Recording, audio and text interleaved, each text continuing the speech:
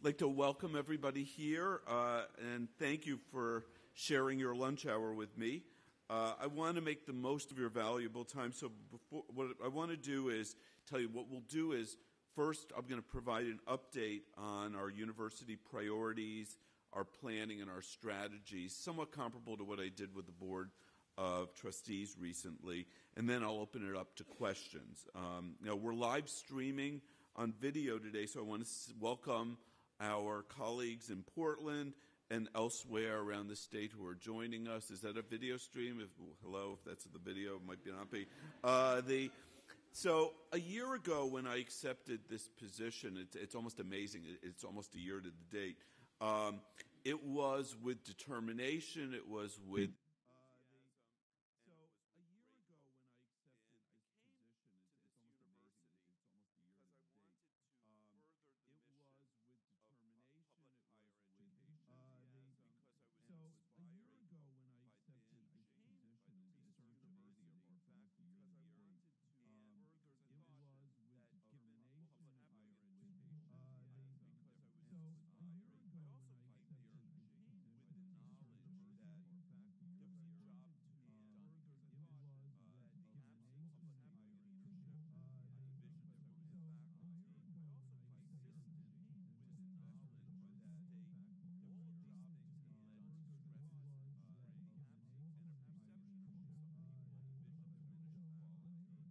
Now, I've been here, as I said, 10 months, and my excitement hasn't waned, nor has my optimism about the job.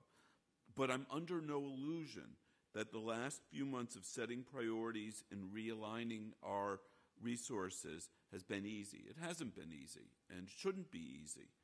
And nothing that is worth doing is easy. And we are making progress on many fronts. We are getting close to completing 4 dean searches and a search for vice president of research. Last year when I came, we said, can we handle it as an institution? 4 dean searches all at once. And I have to tell you, we handled it really well. Those of you who are on search committees, thank you. The candidates have been wonderful. Even the day where I had 5 different candidates in my office, all at the same time, so you were luckily none from the same school. It was really quite amazing. We have 40 faculty searches going on right now. We're increasing our graduate student population. We're about halfway. We will be halfway later this year in our fundraising campaign. That's $1 billion out of $2 billion. And we've established cordial relations with the Senate, something that has not always characterized the President's office. Now, I expect many of you will have questions about our budget realignment initiative, and I'm happy to discuss the initiative in my prepared comments and also happy to take questions about it. At the outset, let me say that I understand that this has been painful for a number of people. A number of dedicated, talented colleagues have received non-renewals of their contracts, and that not only impacts them directly, it also impacts the entire campus. And it impacts even the people who don't know the people because it makes them worry, well, what's next for me? Now, I certainly didn't come here looking to cut positions. That's not something anybody comes to a school and says, oh boy, I get to not renew people. But I did come here with a mission to make us even better as a research university. That is going to be an expensive proposition. So we need to focus every dollar we have, every dollar, and make good, hard, strategic decisions to ensure the health and vitality and future growth of this university. The fact is, we have not carefully watched our central budget over the years. We should have done that. Resources shrank, and we weren't watching. We have been digging a hole for many years. And if we don't act now, the hole will get bigger, and next year the decisions that we have to make will be more painful. So let's stop talking about that for a moment. We'll come back to it and talk a little bit about the aspirations for the university and where we think we're going. So where's that? Up there. So you think of this as basically a pyramid. What's the vision? What are our priorities? What are our strategies to achieve those priorities? And what foundation do we lay all this on? So let's start with the vision. Okay, this is simple, right? The University of Oregon will take its place among the nation's preeminent public research universities. I don't think even at the University of Oregon, where you probably could have a fight with somebody about, what color the sky is, no one is going to say this isn't a good objective for us to be striving for. All right? Anybody want to raise their hand? No, I'm not inviting. Okay, so what are the priorities? What's going to get us here? One is teaching and research. The second, what we need to do is we need to focus our energies on teaching and research, making us a great teaching and research institution. The second priority, if we go back to those priorities, is we want to make sure that we have access and success. We want to make sure we remain affordable for students. Students can come here, and importantly, that students who come here will succeed. And three is our third objective is we want this student experience to be unparalleled. We want to create a diverse environment here. We want to create a rich environment here for students to learn outside the classroom as well as inside the classroom. So let's hit teaching and research. Hey, you've heard this many times. One of the things that we need to do is we need to hire between 80 and 100 tenure-track research active faculty. That is what we had not done, right? We had lagged our peers in tenure-track faculty. Indeed, our numbers became upside down, where we had more people who weren't on the tenure track than were on the tenure track. You compare the University of Oregon to our AAU peers, we don't look like them in that sense. They have more tenure-track faculty than non-tenure-track faculty. We also have to recognize that although it's always tempting to talk about the new bright, shiny thing, those new faculty members who are going to come in, we have to show appreciation and help retain our stars who are here. We have a great faculty here. They're doing research. They've been doing great research for years. We need to make sure that they are fulfilled. We need to make sure that they're appreciated and that they're supported. Also, a great research university has PhD students. That's the next generation. It is, we train people to go out and teach others about research, about their fields, about their disciplines. They bring ideas to us. That's how we reinvigorate ourselves. That is what a great university does. So we need to increase our doctoral students. We need to build research and faculty spaces. We need more, as we increase the faculty, we're going to need more faculty offices. In addition, what we're going to need is more laboratory space. We are about at capacity right now. We may have an additional year of hiring, but the point is, at that point, we run out of science facilities. And we need to be able to attract great scientists here and provide them with state-of-the-art equipment and the sorts of places where they can make discoveries. Similarly, many of our departments rely upon high-performance computing. Now, this leads to a whole issue with our IT. We don't even have low-performance computing that's very good. So high-performance computing is something that we aspire to and we need to do. And you're going to see about the other performance computing. The Clark Honors College. This is something, I've had a lot of connection with the Clark Honors College, had lots of dinners, meetings with students. They're amazing. They could go to any university in this country, and they come here. And we want to continue that. All of our students are amazing in some way, but this is a specific group of students who get a particular type of education, and we have limited that education and what we would like in terms of the numbers, and we'd like to enhance that number of students who participated. Second to last, we want to grow our entrepreneurial culture.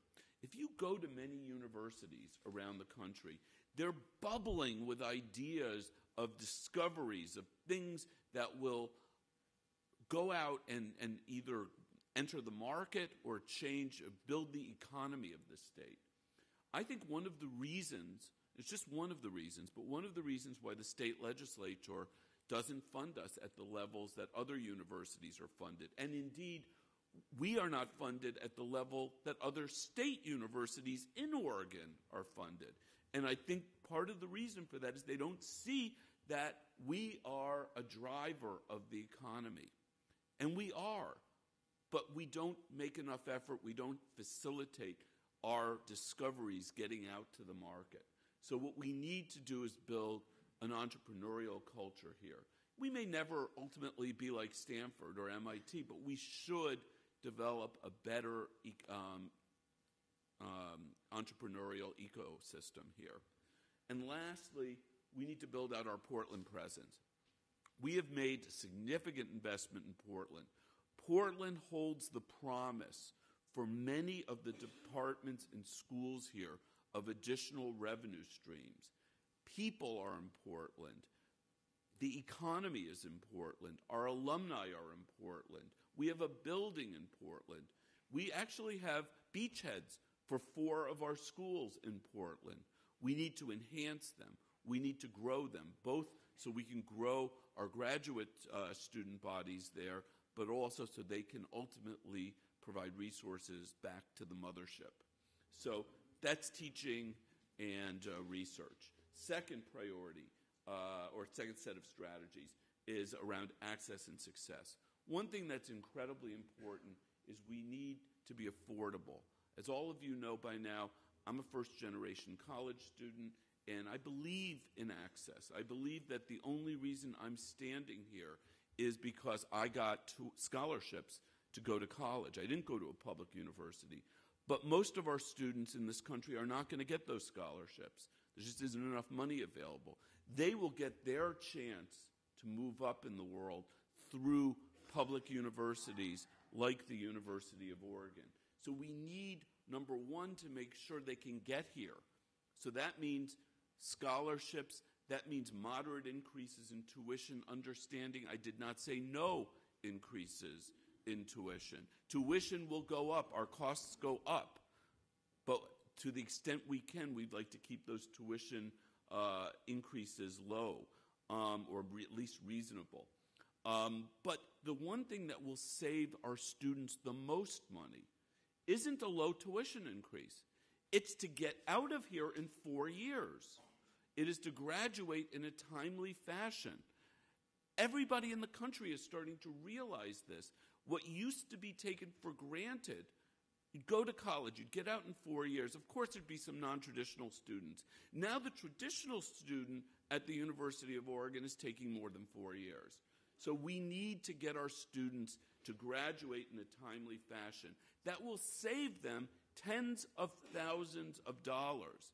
And for some, it will mean the difference between graduating and not graduating, because every year you take to graduate is less likely you're ever going to graduate. And then you're going to have debt. And then you're not going to have a way to repay the debt. So we need to do this. So we've made a commitment to increase graduation rates by 10 percentage points. We're going to, how are we going to do that? We're going to track student success using predictive analytics. We're going to hire new advisors. We're going to try to coordinate the advisors. We're hiring something that I call the retention czar. We're actually going to start doing interviews, I believe, starting next week or the week after. Someone who can get all of the disparate advising. I sometimes hear stories about what advisors sometimes tell their students, and I think we have different messages depending upon what day you're in and what school you're in, what department, who you're talking to. We need to get our message clear. Graduate on time. Take the prerequisites you need to take.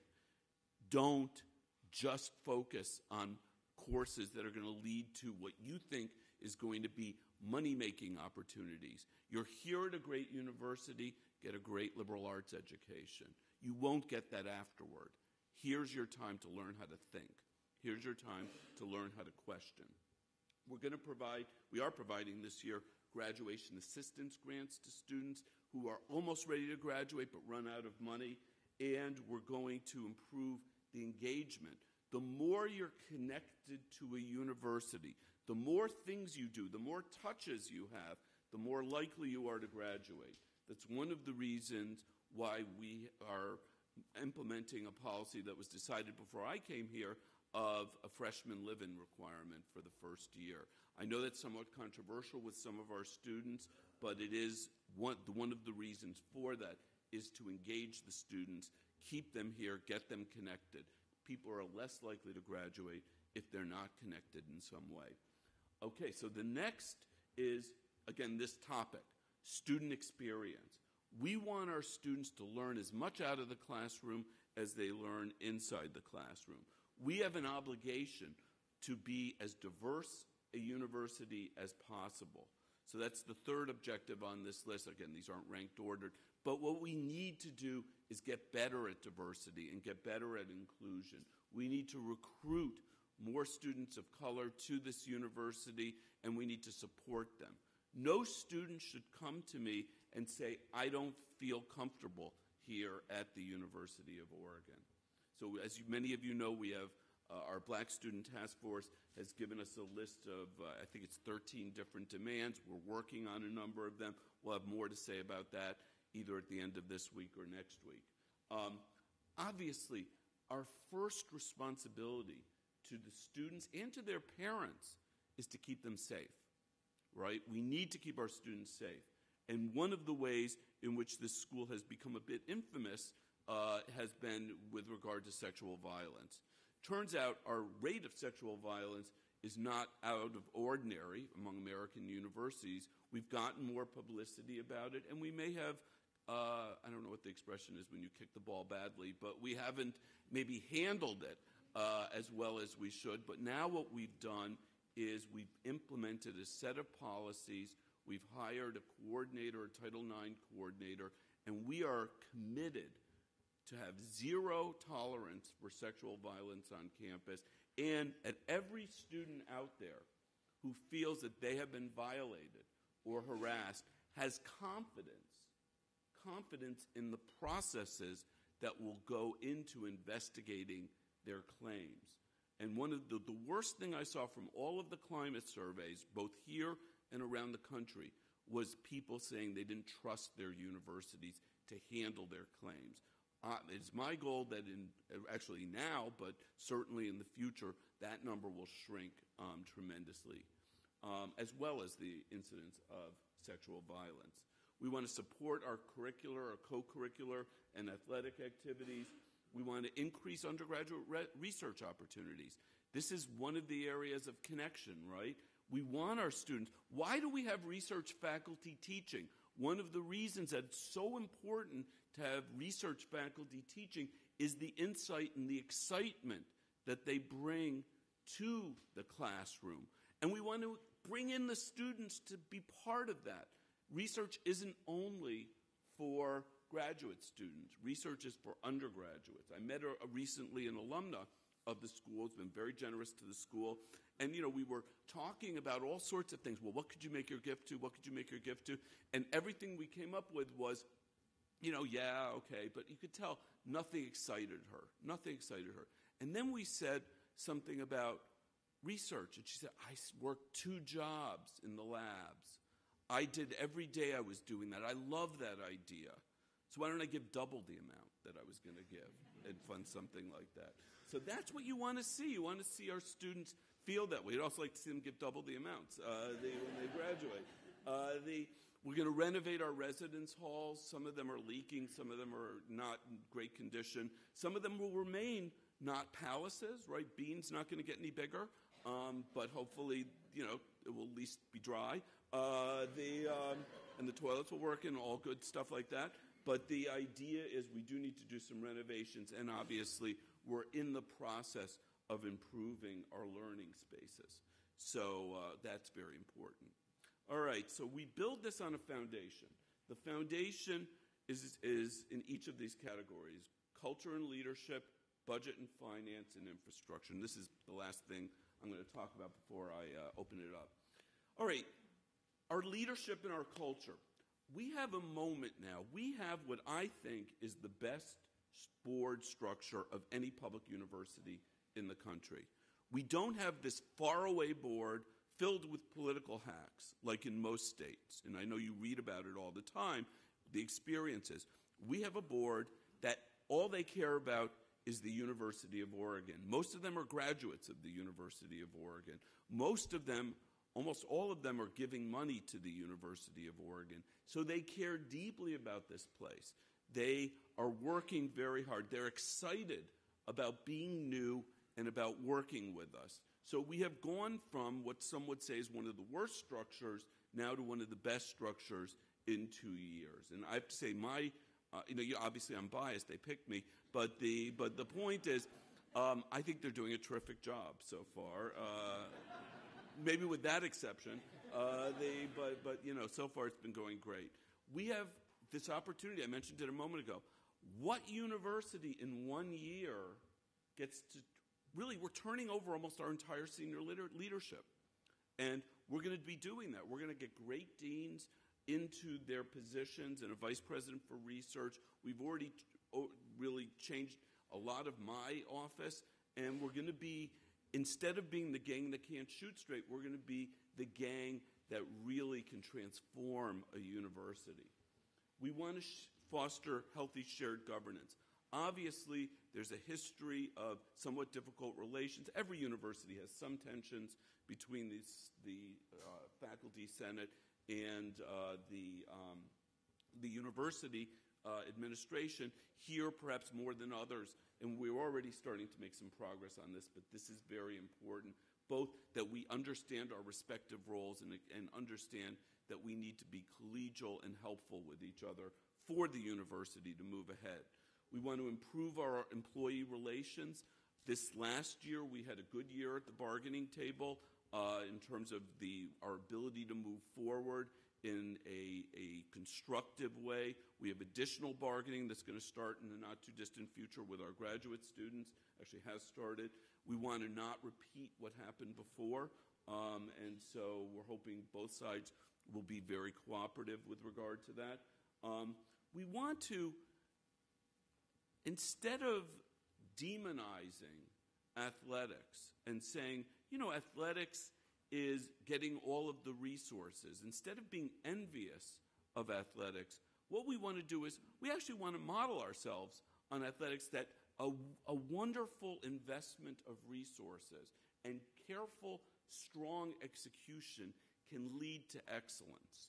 And that's something that I've said over and over again. My job here is not to level down athletics to our relative academic ranking and sort of say, okay, that makes us feel better. No, that's not the way to do it. You don't do this. What you do is you have athletics up here. Let's bring academics up to there and both be excelling and operating in the best possible way.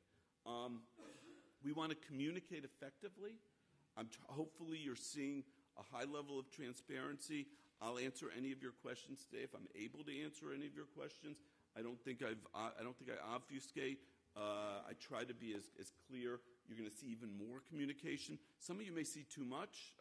I'm thinking of doing like a bi-weekly column. But I promise I won't send it to you if you don't want it. Just don't put me on your spam filter. The last thing is, every part of this university needs to promote excellence. We need to be excellent in everything that we do, not good enough. We can't just be good enough, right? Those days, I don't know if they were ever the days here, but they're not good enough for me. Everybody's got to be going to at their highest level of achievement. Second, foundational element is our budget and finance. We need a new budget model, right? We need a new budget model. The current budget model, which is almost entirely driven by students, has led to these waves, right, of students moving, and you have tenure-track faculty, and their long-term students are short-term moving around. It's not a good thing. Our budget model that we are going to work on over the next year is going to always have something in there for student activity, right? It has to, because that's you have to be able to teach the courses. But it's also going to be strategic. It's going to reward parts of the university that are doing the things that we want the university to be doing: research, publishing, performance for schools that research takes the form of performance, peer-reviewed excellence, where the graduate students are graduating on time, where they're getting jobs, right? It's not going to be formulaic only. It's going to have built-in strategy for the university. We're going to work with the state as hard as we can to promote reinvestment. The state was good to us last year, and we're grateful for that. We see some clouds in the future, and we're hoping those clouds don't break out into a shower, but we're hoping to continue that element of reinvestment. It's not going to do what we need it to do, and it's not going to make the transformational changes that we all want, but we should at least not lose anything and make moderate increases. We need, though, to realign our resources. The one thing that we control, we don't control what the state gives to us. We actually don't control what donors give to us. We don't fully control tuition, right, because we can't raise it that much. What we control is how we spend our money. And that's what we need to do. We need to spend our money where it's most productively spent. And over 80% of our budget is people. So that's hard to shift that, but it's necessary to put our money where our priorities are. It's also necessary for us to be able to convince donors who are going to give to us that they should give to us because we're going to spend their money wisely, and we're not going to waste it, and we're not going to just allow us to not follow a strategic plan.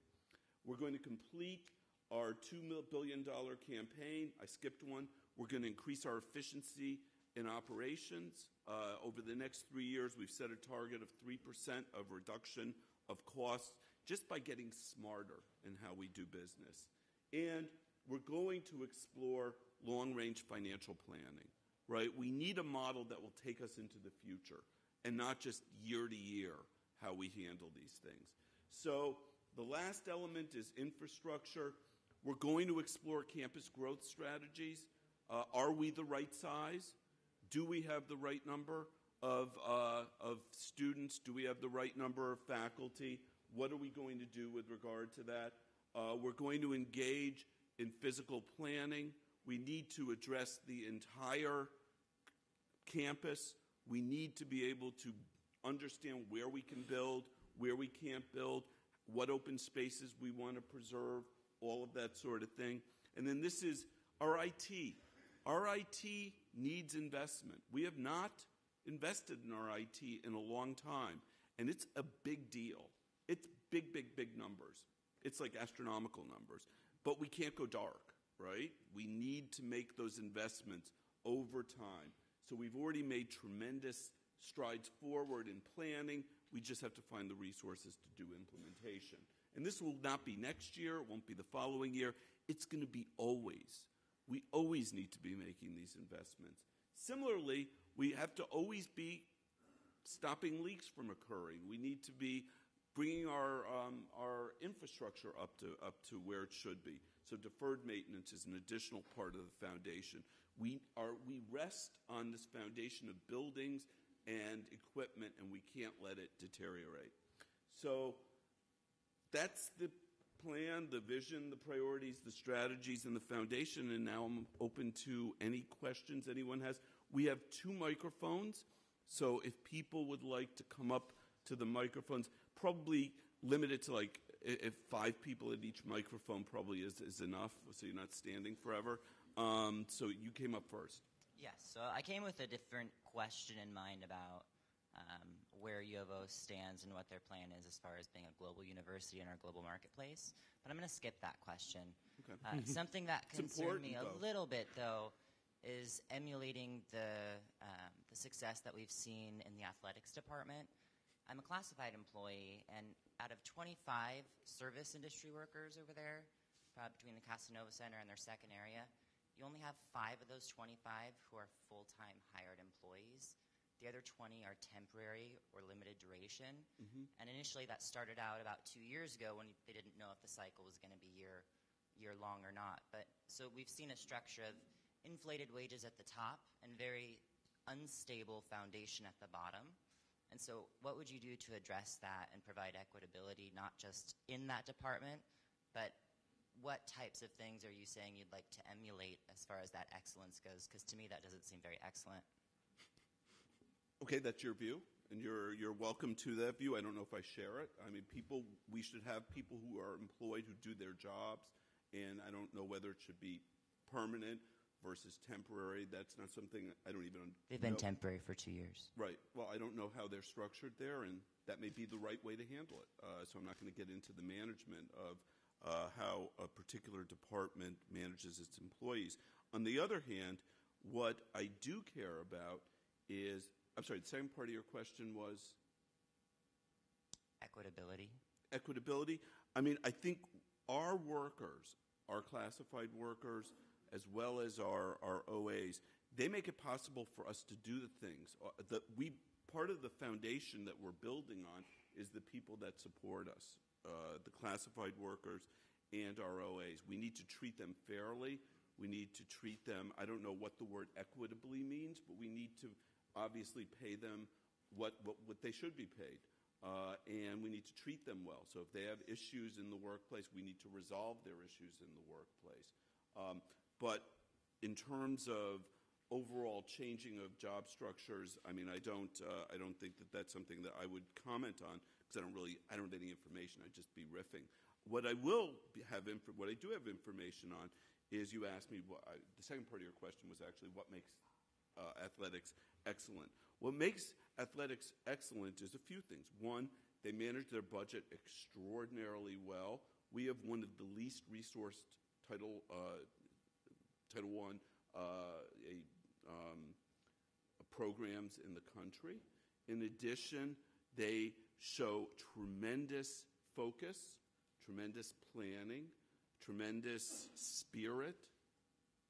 They also are extremely successful without giving up their passion and what makes them human. I mean, I spent a lot of time going to the basketball games on planes with the students. They're great students and they have great heart. And I think that their commitment to excellence is really what I'm talking about. And so that is, I think, something that's very good. And if we can all build on that commitment of excellence and not wanting to be second to anybody, never willing to say, it's just good enough. You know, we're comfortable. We live in Eugene. It's nice to go hiking and fishing. Just good enough. Right. We don't want to be just good enough. That our quarterback is treated just like a PhD candidate would be. I'm sorry? That a quarterback would be treated just like a PhD candidate student would be, right? Equitability. You know, that's your statement. Okay, next. Hi. So I noticed that you had undergraduate research on your aspiration slide. It strikes me that doesn't need to be terribly aspirational. We can probably fairly concretely say what sorts of things need to be done to have more undergraduate research. I wonder what you could elaborate on in this way for a faculty member. What can I expect this increased focus on undergraduate research to look like for me? So we have two programs now, both of which are getting bigger and bigger. We have in undergraduate studies, Josh Snodgrass is putting together a program to engage undergraduates in faculty research, to be able to hire undergraduates into faculty research. Similarly, in the Vice President for Research and Innovations office, there's, I forget what it's called, but it's called some opportunity program. It's involving undergraduates in working on various research projects. So typically what it's involving is some money to the students to give them summer jobs, to enhance them, obviously some matchmaking of the two, and maybe, I don't know whether they've built in additional compensation for faculty members. I think most faculty members would just love to have undergraduates who want to work and are able to work instead of getting jobs, you know, in fast food places or other places over the summer. So that would be the primary ways that we can do that. And obviously, other ways would be helping faculty use their own research funds to be able to send students out to conferences to be helping them with their research. Mm-hmm. Okay. Okay. You might want to run that by some faculty to see if we. But yes, I think it seems like a sensible. Yeah, these priority. Programs are run by faculty, not by me. Good. Hi, President Schill. Thank you for this opportunity. I appreciate the transparency and your willingness to take questions publicly.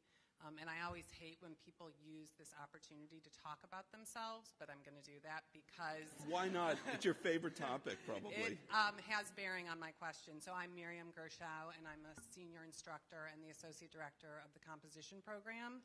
I've worked here for 13 years.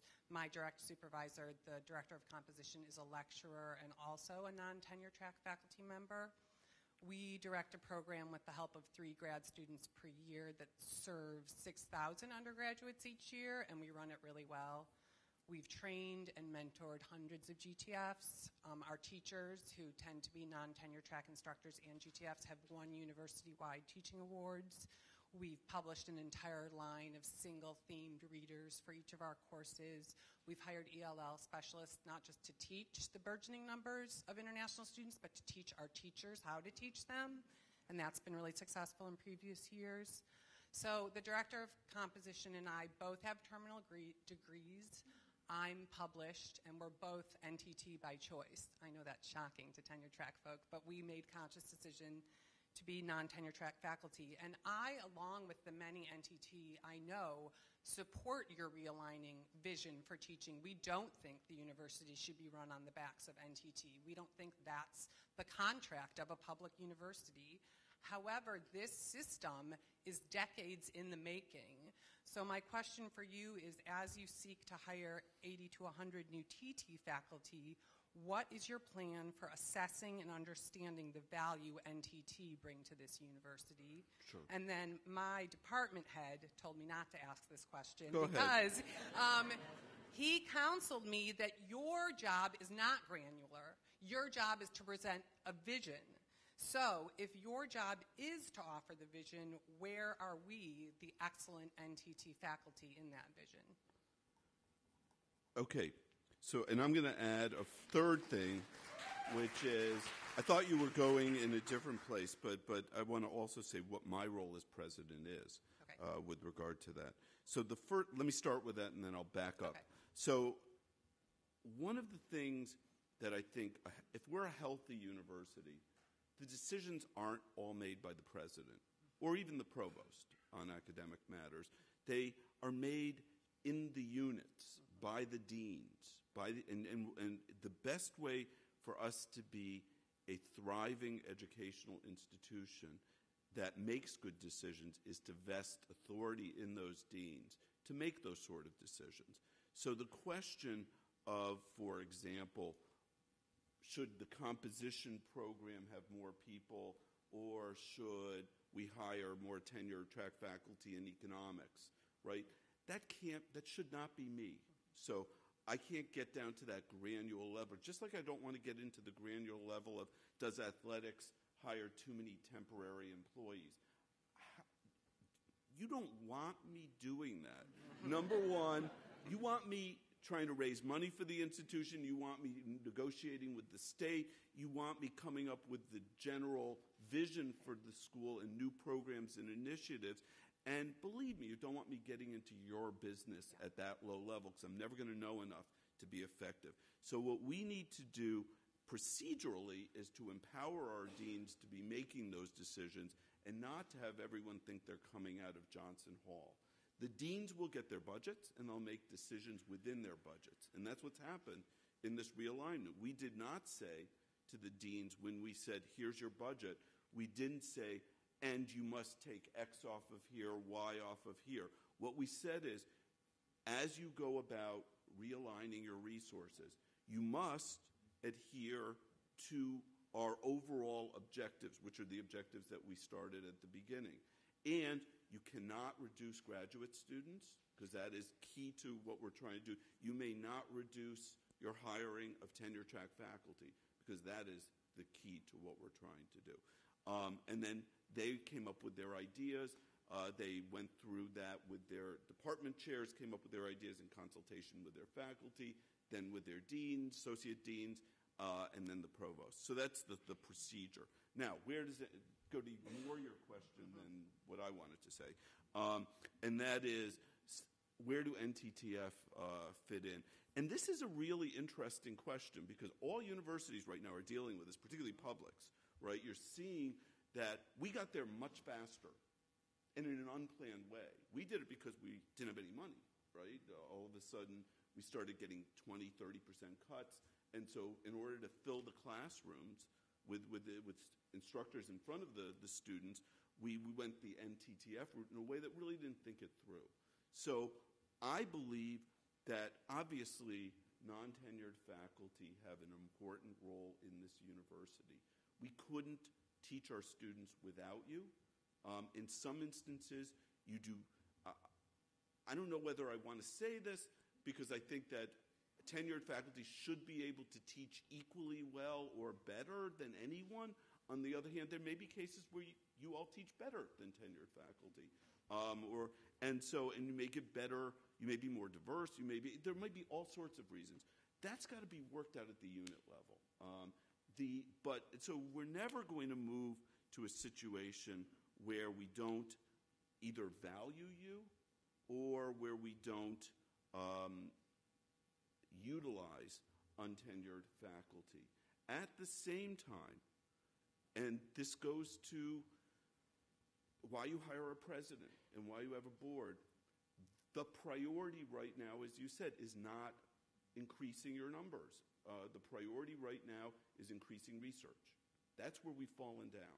We haven't fallen down on having untenured faculty. We've fallen down on research-active faculty. We've fallen down on our levels of productivity. We need to do that to establish what we are, which is a great research university.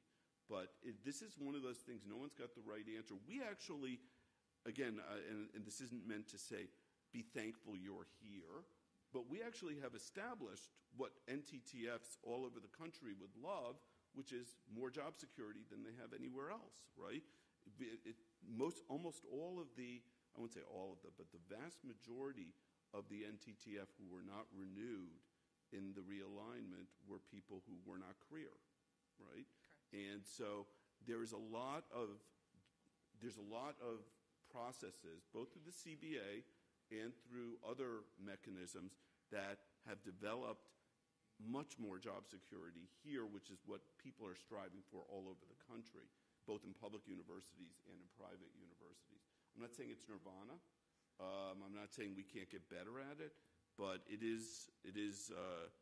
does reflect both the value that the administration puts in you, but also your colleagues who are tenure track faculty. Thank you. Thank you. Hi. Hi. So earlier this year, a conversation on race was held supposedly to discuss issues of concern to students of color. However, the only talk that I've heard recently about improving life on campus for students of color has had to do with the renaming of Dede Hall, which frankly kind of seems like an easy way out and a rather symbolic way to take action. And this year, in fact, the administration decided to raise tuition by 4.7% and even refused to compromise with student leaders. And also with the live-in requirement, it's making it even more expensive. And you're also talking about how having students graduate in 4 years is going to reduce costs over the long term. But also the reasons that so many students, especially students of color, in fact, are not graduating on time is because they have to take fewer credits each term, which makes it take longer for them to graduate. And also often loan rules prevent them from taking a certain number of credits. And also there's a lot of difficulty in handling, for example, like 2 jobs you need to take to pay for all your classes. That's going to slow down how long it takes to graduate. And so tuition increases, numerous studies and analysis show that they disproportionately affect students of color. So how do you reconcile with the fact that your words saying that the U of O cares about students of color don't really match your actions in raising tuition? So do you have an alternative to increasing tuition? Well, it seems that a lot of students often need to make really tough financial decisions, whether they're going to pay for food or books. And I know it's no fun to cut spending, but I don't mean to put you on the spot, but do you have an alternative? Cutting spending, being more fiscally responsible. We are cutting spending. You just saw someone who was concerned that we're cutting our non-tenured faculty. You'll get some classified workers saying the same thing. What else? Maybe cut my salary? That would pay for this much of our budget I know that deficit. that's what they were suggesting. What's the alternative? I know that that's what they were suggesting, but I do not run the university. So I am not completely familiar with everything about how the budget works. But I know that there are things that you can do. If you're forcing students to make the decision whether they're going to pay for food or for books or for something else, it seems like the university ought to make some really tough decisions and work on cutting research, cutting athletics, cutting things by a lot. Because honestly, the benefits that students receive from attending a university like this that can change their life is going to have a bigger impact, I think, in the long term if we can cut some spending now. I'm just wondering how we can actually do that. So listen, and I don't mean to put you on the spot, but I have to be honest, because you're being honest with me. I promised I'd be honest with you. I do get frustrated by our politics today, and both Republicans and Democrats, when the answer to any hard problem is cut spending, and not knowing where to cut spending, or just do it. The point is, we are doing it, and that's not enough. There's a limit to what we can do. Tuition is important. If you feel that tuition increases are going up too fast, the answer is really not looking at me, or you can look at me. I mean, that's what I'm here for, right?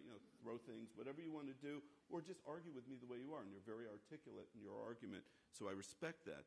But look at the legislature. Look what it's done. Look at the priority that education has in this state. Look there. Look there first. Get your activism over there first. We are down the road, and that's what's happened here, is this state provides less money per student than any of our AAU peers. This state provides us with less money than it provides OSU, than it provides all the regionals, all right? There's a problem there. But leave that aside. I want to take your question the way it was designed. On race and what we're doing to support the students, twofold. One is, we did have a conversation about race, and as you know, I do think it was a productive conversation. I do think we're going to do a number of things that we're going to start announcing, in particular in response to the Black Student Task Force in the next week or two, and then we'll do a second round as we go through and figure out all of the recommendations of the working groups. That's one thing. The other thing, which I hope you know about, which is that we have a program here called Pathway Oregon. Pathway Oregon provides that if you are a student here with a 3.4 average or above coming in from coming in from high school, and you're Pell eligible, which means you're in the poor category, right? You're eligible for a Pell Grant. We will provide the difference between the Pell Grant and your tuition. So you get a free ride here, right? So we have 10% of our students here who are getting free rides based upon their poverty, which will include, if you're right, if you believe there's a correlation between our students and poverty or low income, then we're hitting a lot of those students. Because it's only Oregon, and because Oregon students are about 50%, that means 20% of the students in this state don't pay anything for tuition. 20% of the students, or 20% of all the Oregon students here don't pay anything for tuition. That program is funded through operating resources. That program is funded by philanthropy. That program, we just got cut about $1.5 million in resources by the state when they changed their computation of the Oregon Opportunity Grant. And we're not saying goodbye. We're going to make that up. So I think there's a tremendous commitment here to racial equity. The Office of Diversity and Inclusion has a budget which is quite big. It does a number of things, and is going to be doing more things as we move forward with these plans. So I think it's a complicated story, and I do understand your frustration with tuition, and I respect it. I'm at a loss to know what to do with it, though. Okay. It just seems like I think that the long-term goals that you're achieving can be achieved by lower tuition for everyone. But thank you. And I'd love to have you send me a note how. Okay. Anybody? Did you just give up and think we were going to go on for hours? I'm not going to insist. Oh, you got a question? Okay. Gina? Always.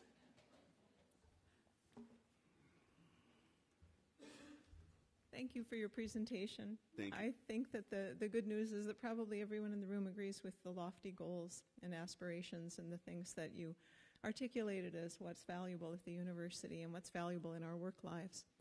The U of O has run for a long time as a kind of a skeleton crew. A lot of our units have too few personnel to do everything that we need to do, and too few personnel in certain job categories to do what we need to do. And we've been able to do a really beautiful job in teaching and research, in part because of a kind of sense of shared mission, shared identity, commitment to each other's work, to making each other's work more feasible and more practical and more pleasant, a kind of solidarity among an understaffed workforce is an amazing way of getting extra work out of a limited number of people.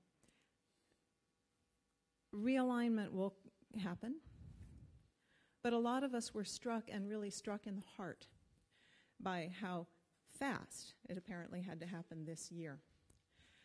It wasn't a deliberate process. It didn't give us time for a lot of consideration.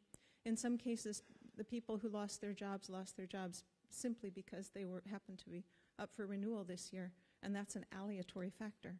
I know that you've articulated not being down in the weeds and in the granular areas. Yours is the job of vision. But I think that part of what I really want to get on the table is that the devil is always in the details. And as we will see that many parts of our shared goals are going to be disserved by how these cuts went down, student experience among the rest. And that kind of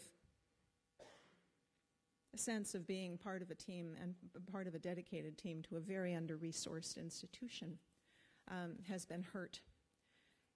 So I guess here's my question. I know you were about to say, Gina, is there a question in there? Here's my question. Are we going to go through this again and again and again and again? Because winter term was the most demoralizing experience of 27 years of teaching at the University of Oregon, and I have seen some yucky times come and go. Yucky's a technical term. You can't all use it at home. I like the term.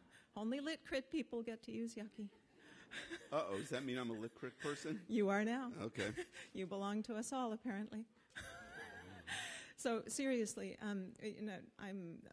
the joking is only there because the pill needs sweetening. It has been a very bitter pill, and I am very, very apprehensive about the state of our our collective morale if this kind of instability and this kind of blood on the walls is going to happen over and over again as we realign. Thank you. So let me say, by saying that I'm not in the weeds and I'm not in the decision-making at the individual school level, that doesn't mean that I'm not responsible, right? The buck stops here, right? I am the president. So what the deans do is all report. I'm responsible for that. So I don't want to at all leave anyone with any doubt as to who is responsible for what's happening at the university. When good things happen, I'm responsible. When bad things happen, I'm responsible. So I just don't have the details of how it is. Now, I do know some of the deliberation that you said, and I think you're not quite being fair to the level of deliberation that your dean and the department heads engaged in, because I know that Andrew came out with his ideas, met with every department chair, department chairs met with faculty, and indeed the issue that you care deeply about was revised, right? I remember I had a meeting where it looked like many of the, I think you once asked me in a Senate meeting, should the tenured faculty be teaching languages? And you're teaching the actual language classes as opposed to the content classes. Andrew went back, so did the department head, and you're not doing that. We managed to restructure the realignments to preserve the ability of the tenure track faculty who don't teach language, actual language skills, not to. So, I mean, there was deliberation, there was back and forth, and I think one needs to be fair to the process. Now, was it easy? No. Is it easy now? No. I mean, is it blood on the walls? I don't know what your walls look like. And what your feelings about that are. And what I love to tell you, both so we could all go off, the sun shines out, it's a new day. We can all go out and say, it's going to be great next year. No worries. We never have to do this again. One thing I will say is, any university that is not constantly thinking about the allocation of resources, that is not constantly saying, are we too resourced in this area? Are we not enough resourced in this area? That is a university with a president who's not doing his job. So we will always be looking at where we're spending money. We will always be looking, both because we have to justify, even though we only get 6% of our budget from the state taxpayers, we have to justify that 6% day in and day out. We have to justify how we spend our money to our donors. We have to justify to that young woman who came up here who said that a $405 increase in her tuition was too much, that $405 is spent in an appropriate way. So the answer is, I can't tell you that we're never going to be reevaluating where excess teaching capacity exists and how we deal with that, or excess staffing in some areas. The other thing that I can't tell you is what the state legislature is going to do next year. That is anyone's guess. And unfortunately, even though 6% seems like a small number, when you make millions out of it with our budget, it's a big number. And I don't know what they're going to do. And so I can't make that guarantee to you. I hope, I pray that they will provide us sufficient state funds next year that will get an increase. We've asked them for a $100 million increase. We'll see whether we get it. That would be great. We're also doing, in that same letter that some of you read, we did a projection of what happens with a 10% cut. And talk about blood in the water and on the walls. I mean, right? It's yucky, squared, quadrupled, and cubed, altogether. So, we are going to hope that doesn't happen. And I'm going to do everything I can to avoid that from happening. But the one thing that I'm not going to do, regardless, is give up on our goals and our aspirations, which is to make this a great research university, even if that requires more reallocation in the future to that goal. Did you want to respond? So your takeaway is, I don't know, but brace yourselves?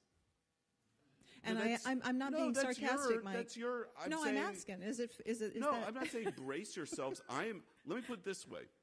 I don't go to sleep at night saying my goals of having this university move up, and so when we're compared to we will be compared to UCLA, Michigan, and Virginia.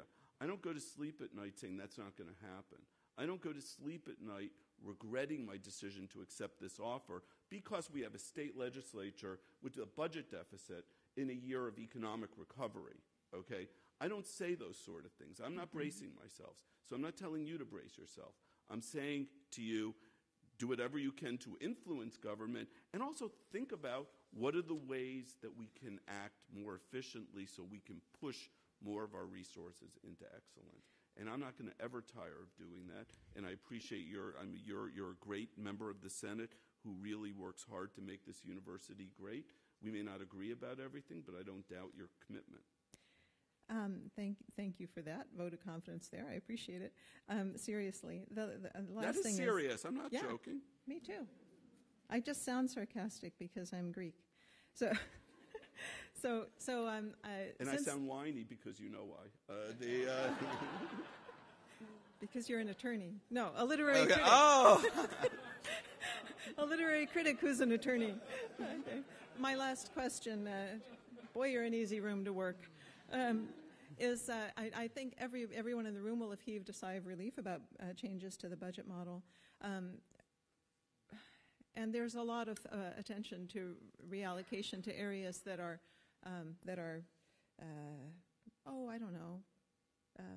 profitable. But I guess I just want to put in a plug there with a question. How will a shift in the budget model preserve what we agree to be a core value of the comprehensive liberal arts university, as opposed to redistributing toward areas that can pay for themselves. Thank you. So I think that I know what you're asking, and let me say the current model doesn't do that, right? The reason under the current model, you can't do much worse than the current model, right? As the students moved away from humanities into things that their parents tell them make them money, it isn't preserving the liberal arts, and it's not preserving the humanities. So I would much rather have both, obviously, some level of activity being an important element, but in addition, someone centrally looking at this to make sure that high-performing areas are nurtured. And the point is, what this budget model will ultimately do is, number one, take into account student activity, but also take into account excellence. And so if you are a department in the sciences and you're not excellent, you won't be favored in this model. But if you're in the humanities and you're super, right, you're publishing, your members are getting recognized in the metrics that are appropriate for your discipline, you will get resources. You're graduating your graduate students. It's all about excellence. It's all about excellence, and that's what we want to be in this university, which is great and excellent. And that's not just happy talk to end the gloom and doom and blood, but it is truly my belief. And in a very egocentric way, it's why I think I was brought here, is to move us towards excellence. And I need your help, and I need all of your help as we go about doing that. So listen, thank you all. Thanks for sharing your lunch with us. There's tons of cookies there, of which I'll eat them all if you don't get to them. So thank you all for coming.